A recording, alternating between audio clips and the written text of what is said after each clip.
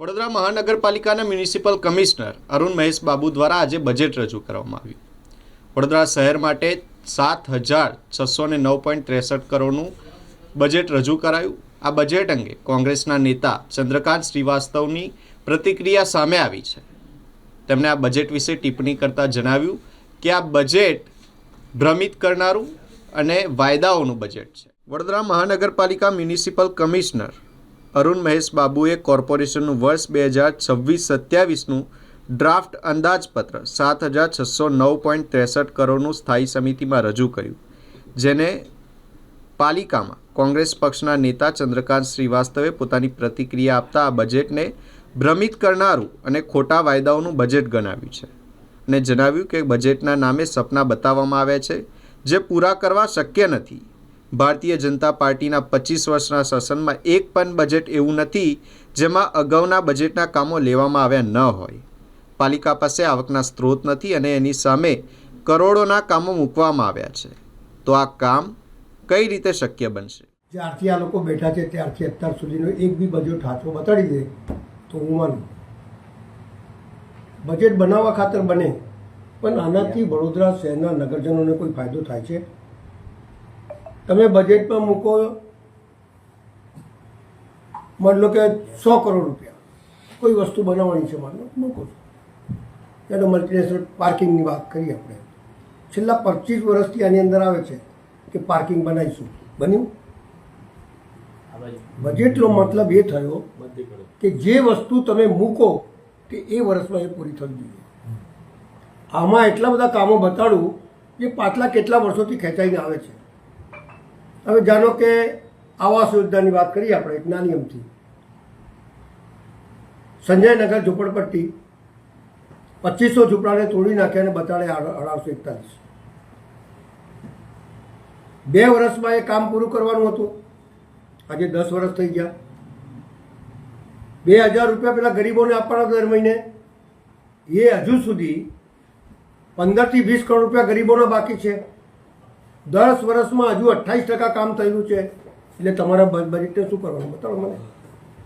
ગરીબ માણસમાંથી 70-80 માણસ તો મરી ગયા, પણ હજુ સુધી પેટનું પાણી નથી હાલતું, કારણ કે ઉપરથી પ્રેશર છે. આપ સમજ્યા? જેનો એકમો જે હતા, સોર્સ ઓફ ઇન્કમના એકમો જેને અતાપી, આટલી મોટી જગ્યા, લગભગ 80-90 એકર જગ્યા ચારાના ફૂટથી આપી દીધી. જે જગ્યા અમે આપી નથી, જે જગ્યાનો અહીંયા ઠરાવ નથી થયો, જે જગ્યા બજેટમાં આવી નથી, એ જગ્યા બારોબાર પધરાઈ દીધી. અમે ટુરિઝમને આપી, સરકારની હતી એટલે સરકાર કરશે, વાયદો બતાડ્યો અને બારોબાર ઠરાવ કરીને આપી દીધો. એની અંદર અમે કશું નહોતું કર્યું. વડોદરા શહેરના નગરજનો ખાલી આજવા જોવા જતા હતા તો પાર્કિંગની આવક 1 કરોડ રૂપિયાની આસપાસ થતી હતી. એ પાર્કિંગ એ લોકોએ આખું પ્રોજેક્ટ 25 લાખ રૂપિયામાં આપી દીધું. કોના બાપની દિવાળી છે ને કોના હાથ છે? અને હારો બજેટ આ વિશ્વામિત્રી છેલ્લા 25 વર્ષથી હું સાંભળું છું, એકદમ નીટ એન્ડ ક્લીન, અંદર નાવડીઓ ફરે છે, અંદર ગાર્ડન બનેલું છે, લોકો સાયકલ ચલાવી રહ્યા છે. આ 25 વર્ષ પછી બી આવને આવત છે. અત્યારે બી સરકાર કહેતી હતી કે ભાઈ અમે 1200 કરોડ રૂપિયા આપીશું ને વિશ્વામિત્રી સાફ કરીશું. કેટલી સાફ થઈ, કેટલી નહીં થઈ એ તમે જોઈ શકો છો. 100 કરોડ રૂપિયા બી ખર્ચો નથી થયેલો. સરકાર 1200નો વાયદો કરે છે. બ્રિજ બનાવવાનું સરકાર કહેતી હતી પૈસા આપીશું, હજી સુધી નહીં આપ્યું. સ્માર્ટ સિટીનું પ્રોજેક્ટ બંધ થઈ ગયું છે. સ્માર્ટ સિટીના નામ પર ગળામાં હાર પહેરાવી દીધું કે હવે તમે ચલાવો એટલે તમે રૂપિયા ભોગવો. જે શિક્ષણ સમિતિ 7 કરોડ રૂપિયામાં ચાલતી હતી એના 280 કે 80 કરોડ રૂપિયા થઈ ગયા હવે એની અંદર ખર્ચો કરવાનો. અને એમાંથી આપણને કોર્પોરેશનની અંદર જે પૈસા ભાગમાં આવતા હોય 20%, એ 20% આપવાના હોય, પણ કોર્પોરેશન તો એની જગ્યાએ 40% આપે છે. તમે કઈ બજેટની વાત કરો છો?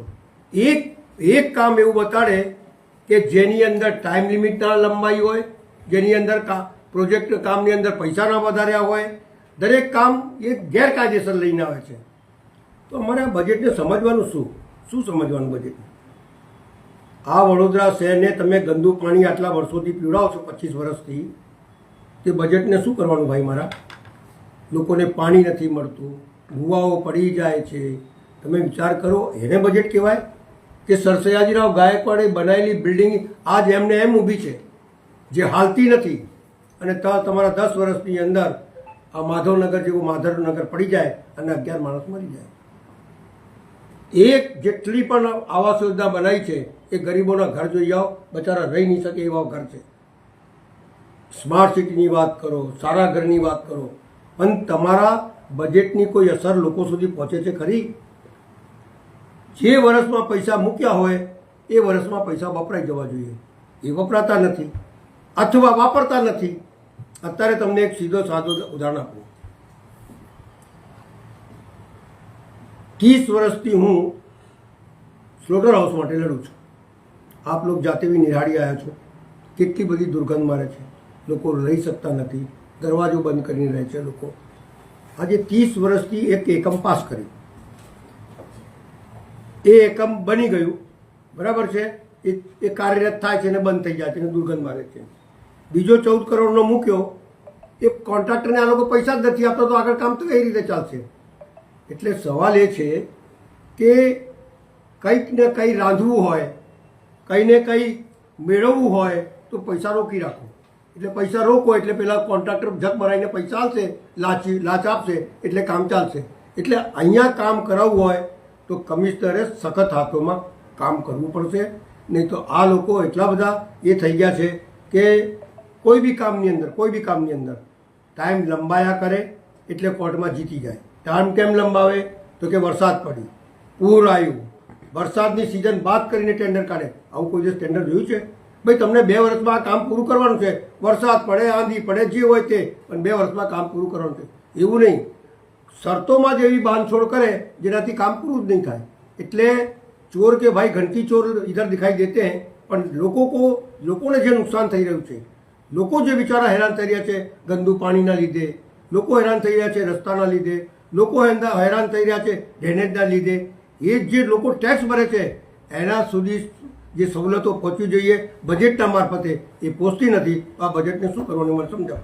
ભાઈ આવક કોર્પોરેશનમાં ઓછી છે. આવક આપણે જાતે જ ઓછી કરી દીધી.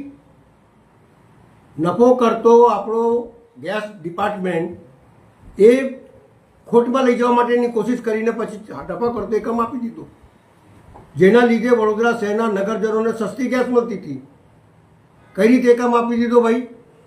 એને એકમ લીધું, સસ્તીમાં બધી મિલકતો જે આપણે ઊભી કરેલી એ લઈ લીધી. જે કોર્પોરેશનના કર્મચારીઓ ત્યાં કામ કરતા હતા એમને બધાને અહીંયા ટ્રાન્સફર કરી દીધા.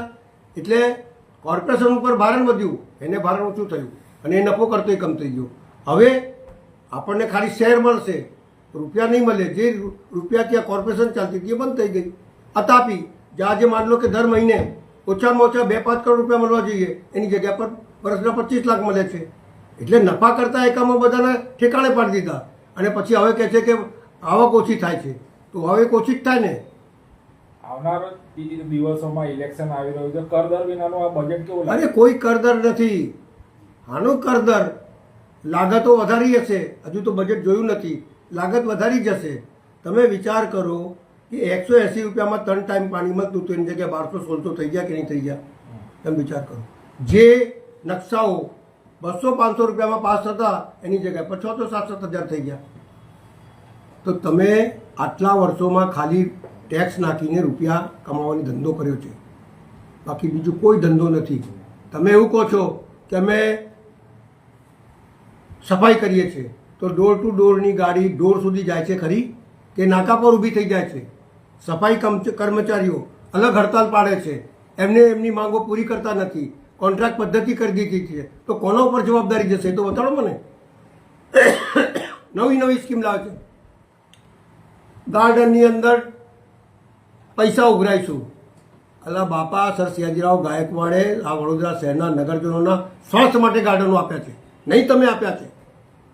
તમે તો જે સાચવી બી નહીં શકતા, તો સાનો પૈસો ઉઘરાવવાની વાત કરો છો ભાઈ? ગયા બજેટમાં પણ કામો બાકી રહ્યા છે. આ નવા હું તો એક બજેટ લેવો ને, એક ખાલી ઓનલી 25 વર્ષ એમના શાસનનો એક બજેટ લઈ આવો, જે બજેટમાં મૂકેલું હોય, કામ પૂરું કર્યું હોય સમયસર, એવો એક બજેટ લઈ આવો. બીજી કોઈ વાત નથી કરતો. આપને નરી આંખે દેખાય છે કે વડોદરા શહેરના નગરજનો હેરાન થાય છે. પૂરમાં 5,000 કરોડ નુકસાન થયું, કોના પાપે? અમને જ પાપે ને. મેં એમના પહેલાં સલાહ આપેલી કે સાહેબ સબમર્શિયલ પંપ મૂકો, મોટા મોટા પંપો મૂકી દો કોર્નર ઉપર, જેથી પાણીની જે વહેણ છે એ ફાસ્ટ થઈ જશે, એટલે પૂર આવવાની શક્યતા ઓછી પણ નહીં કરે, કારણ કે એમાં કંઈ મળવાનું નથી. એટલે જેમાં મળવાનું હોય એ વહેલું કામ થાય, જેમાં નહીં મળવાનું એમાં કશું નથી. એટલે તમે માનો તમે સંતોષ નથી આ બજેટથી? હું તો એ બજેટ બી જોયો છે કે જેની અંદર 5,000 10,000 રૂપિયાનો ભ્રષ્ટાચાર થાય ને તો સભાસદો ચોંટી પડતા હતા, બૂમાબૂમ કરી દેતા હતા. બીજી સભામાં પેલો અધિકારી કામ કરીને ના આવે તો એના ઉપર એક્શન લેવાય. મેં એ સમય બી જોયો છે. ઈમાનદાર કોર્પોરેટરો બી જોયા છે, ઈમાનદાર અધિકારીઓ બી જોયા છે. આજે કામ નહીં કરવાના 17 બહાના અને પાછું બજેટ બી પૂરું નહીં કરવાનું, એ એમની દાનત છે.